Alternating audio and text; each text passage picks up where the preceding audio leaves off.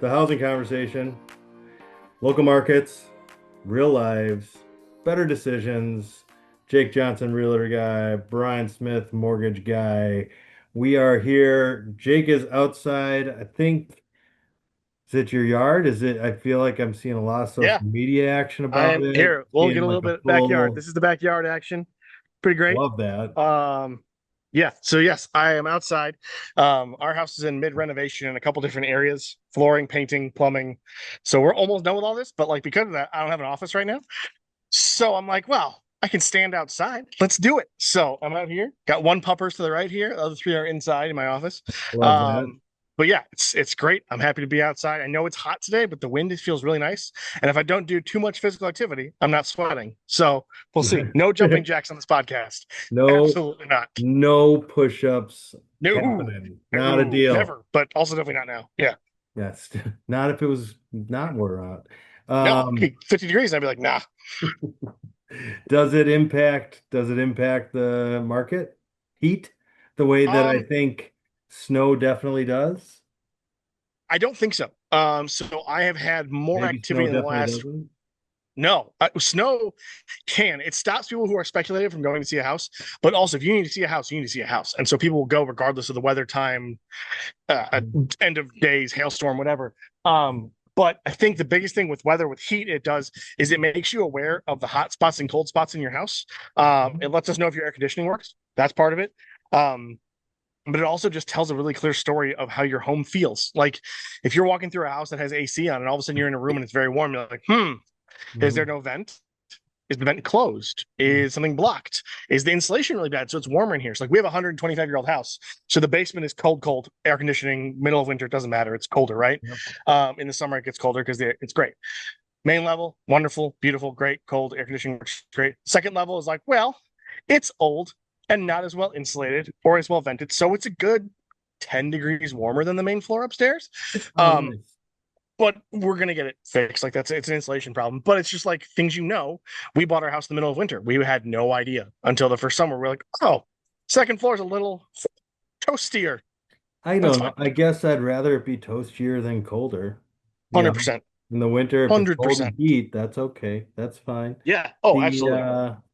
yeah, I don't know. It's the lots of stuff getting canceled with the heat, lots of that going on. Yep. We're Yep. still ahead of July in this episode. We will be past it, Mm-hmm. so we don't know what's coming. But the so pre-recorded. Surprise. The 4th of July, what does that do to your market? What do you do around holidays? I have my opinions about some of this stuff. Uh, Yeah, I think every holiday is different. So Fourth of July and Memorial Day, I kind of lump together. It is a travel holiday on the day of. Maybe it's a weekend away in a nice area, but also if you have listings on the lake or if you have buyers interested in lake property, they're in town. They want to see stuff. So Mhm. I've done showings on Memorial Day before. Fourth of July is different. Usually, you end up doing it the day before, the day after, just because people aren't leaving their houses to show.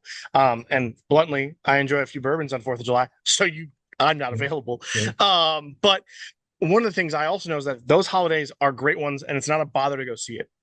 You're not showing stuff on Christmas. You're not showing stuff on New Year's Day, usually. Halloween's a weird one, but like a lot of holidays are different. But Memorial Day and Fourth of July you're looking for that second lake house. You're out in your area where it'd be great to live, and you're like, oh, it's for sale. Let me call my agent who lives in the area. And hey, Jake, we saw this house. It's up here available next to our Airbnb or whatever. What do you know about it? How long has it been on the market? Is there an opportunity? And so, like I have a listing going live tomorrow. It's not on any of those things, but it's in a neighborhood, in a community where people are coming into town. So it could work for, let's say, grandma and grandpa want a ranch level home, but they want to be, within 5 minutes to the lake. Okay, well, this checks all those boxes. So Yeah. it's kind of one of those things where it's not a bad weekend to go live with stuff. And generally speaking, a buyer that sees it over a holiday weekend is motivated and they're going to write. So I'll tell you, I said I had this conversation earlier today, and that's why I brought it up. I was like, oh, and I said almost exactly what you said, which was Christmas, Easter, no. nope. You get New Year's, maybe different. Yeah, Halloween, I actually said Halloween, that one's weird. And it then is. you get into I like Thanksgiving. I like 4th of July Yep. because like Memorial Day, fine, but I find that Thanksgiving and Fourth of July brings a giant group of people together. And as it relates to real estate, that is Yep. a time that I feel like people are like, hey, what's up with the what's up? What's going on? I'm thinking Yeah. about, and then you crack open, then that's where the networking part of this job comes into Mhm. play, and you make things happen. You might not make things happen at the parade on the 4th of July, Well, but people are standing around waiting for a parade, or people are mhm. standing around waiting for their burger, or people are standing around waiting for the Yep. fireworks. And it's just like, well, what are we doing? How's it going? Oh, I was thinking about selling. Do you think that somebody wants to buy? Yes, I have a Hmm. list of Sure do. buyers in a pipeline waiting Yeah. for you to say that. And Yep. then it just turns into good stuff. And that it's a good building day, I think, for the industry. Hmm. For anybody watching who's trying to be a real estate agent or mortgage professional or whatever you got going on, that's a great day to be out there doing it, Yep. for sure. So Hmm. and it's fun, it's just you're Yeah. out, and I'm looking forward to some of that stuff, and Yep. it'd be good, and hopefully Oh not yeah. melty hot out, but Right. Exactly. what do you got going? Closings, anything exciting? Anything? Do you got a lesson? Is there lessons for people to learn? Yeah.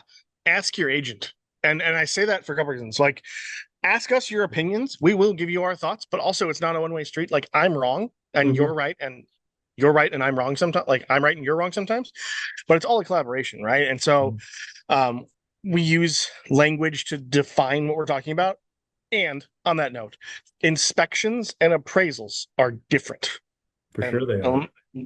hey, Brian, if I have a listing or a buyer that you're working with, do you want to see the inspection report? Not so much.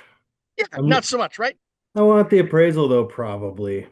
Yeah, but I need both as your agent. But your lender doesn't want the inspection report because the inspector may uncover 15 things, right?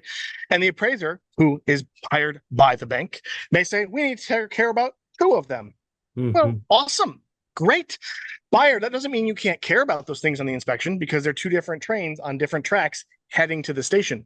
But one is the conductor is you, the buyer. You're the conductor of the inspection train. The lender's the conductor of the appraisal train. That train has to get fixed. Otherwise, we don't close. Inspection, you have options. So, on that note, we use those I terms for a reason because they are not the same thing. And I don't want to tell you everything bluntly. You don't get told everything from an inspection report because you I don't want to I know. rarely I rarely, if ever, want to know about the polarity of the outlets. What, That what do you mean? It's so exciting. What are you talking about? No. And like the usable life, if it's working, so that's kind of the thing. Hmm. In all of that, my big deal is I'm like, oh, that's nice. How's it working? Oh, it's working, not working. Exactly. Yes or Yep. no? How are things Check like so? box. I'm not part of that negotiation. I'm not part of that Yep. conversation. You can, that's part of it. And it goes all the way back to the thing that we talk about all the time, where the acceptance of the offer is the beginning of the negotiation. Hmm. Yep. I think just so many people think we're having a big it's happening, and then they accept my offer, and now I'm buying a house. No, Hmm. that's when the conversation starts. You've discerned a Yep. price. And the other thing is, if you're offering less, I got meeting in the middle is a real thing, remembering that I think we talked about this maybe on the last podcast. When you lowball somebody on your offer, we're 5 grand under. They are losing 5 grand from their checking account out of their right front pocket. Here's $5,000. You're gaining $5,000 less on a 30-year mortgage, or adding $5,000 to a 30-year mortgage. And I don't mean to be flip about it, and it is real money, and it is something that I respect very much. But if you want that house, $5,000 difference over 30 years, you got Yep. to be careful what you're wishing for. you know, Hmm. just Yep. be considerate of people. And also, by the same, that's the other thing. We were talking about it recently, the when you're filling out gross versus net versus what do I really make, you got to be honest. Hmm. You know what I Yep. mean? I'm not sure I want to know. I work real hard to not necessarily have to use bonus or commissions or whatever. If you got a salary going, we slide that direction. And I Yep. got a bunch of examples in the world where it's like, hey, you know what? This is cool. We can do this way. And I went, Mhm. oh, well, they were incorrect with their income because they told me not enough. So be sure to Right. get the documents in when we ask for the documents and be sure to Hmm. give accurate information when we ask for the information, and it's all good. Yep. So we always want the more. The lender, Hmm. want to make you look so wealthy, Exactly. Right. It's all a game, but we're all trying to play the game the right way. Let's do that. doing the thing. So yeah, Mhm. yeah, that's the deal there. I don't know. What else you got going on? What's neat? What's cool? What's a hot take? I guess not a hot take so much, but there's a cool event coming up this weekend. So this will drop on Saturday morning on 4th of July. And on the 4th, we're doing a fundraiser for Objective Veterans Smile, which is a nonprofit that my buddy Kyle Arneson started. It's to get dental care for veterans. If you didn't know, unless you are 100% Mhm. disabled, the VA does not cover your dental benefits, which is insane.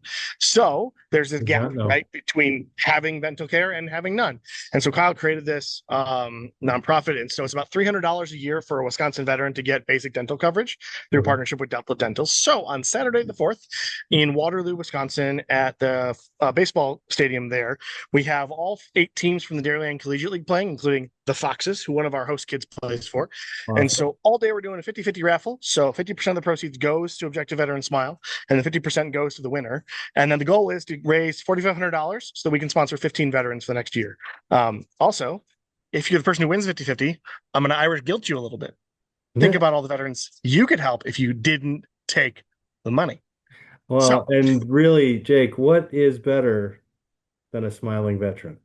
yeah, it's hard Not to a smile dad without joke. teeth. It's hard to find something cool. Yeah, That's like I mean like that's a great thing to see. I yeah, like that. it's hard to smile without teeth. So it's a simple nonprofit, but it works. Kyle's Mhm. the only guy doing it. He's not getting paid. He does it out of the kindness of his heart. He's a veteran, and he's retired, but this is what he does. So it's a great program. And so I mean, I see him this week at other events we have on his not ring. So it's a need out there. Okay. At $300 covers a veteran's dental for a year. That's pretty awesome.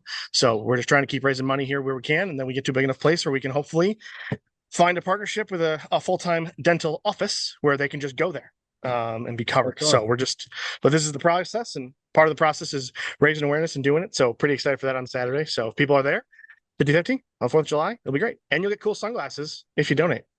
Very, very cool. And I don't think it has to be the fourth to do the donating, right? You could do that No, really. You you could just got it. Yep. you could just have a big heart. So that would be cool. I would love to see that. I did not know that Yep. that was a thing, and I learned something new every day. So help a Yeah, vet. it's pretty great. Awesome. Ironically, full circle, Kyle's one of the reasons I joined the Wisconsin Veterans Chamber, which is how you and I met. So, like, That is correct. full circle moment. All connected. Welcome, welcome to the smallness of the universe. That's Yes, awesome. no kidding. Well, okay. And Very, very true. speaking of smallness, going dad joke time. It's time. What do you call a funny mountain? I don't know. Hunting Mountain. hmm Think I'm about it. intrigued. You got it? You want to get Nope, go for it. hilarious. I love it. Yeah, I'm that's a totally going good to use one. that. Yep, That was a I'm good using that. one. And I'm That sure my son will might, be like, "Oh, Dad." I'm like, great. dude, I may have peaked. That was my own free, that was an ad lib. I love it. That was great. That was great.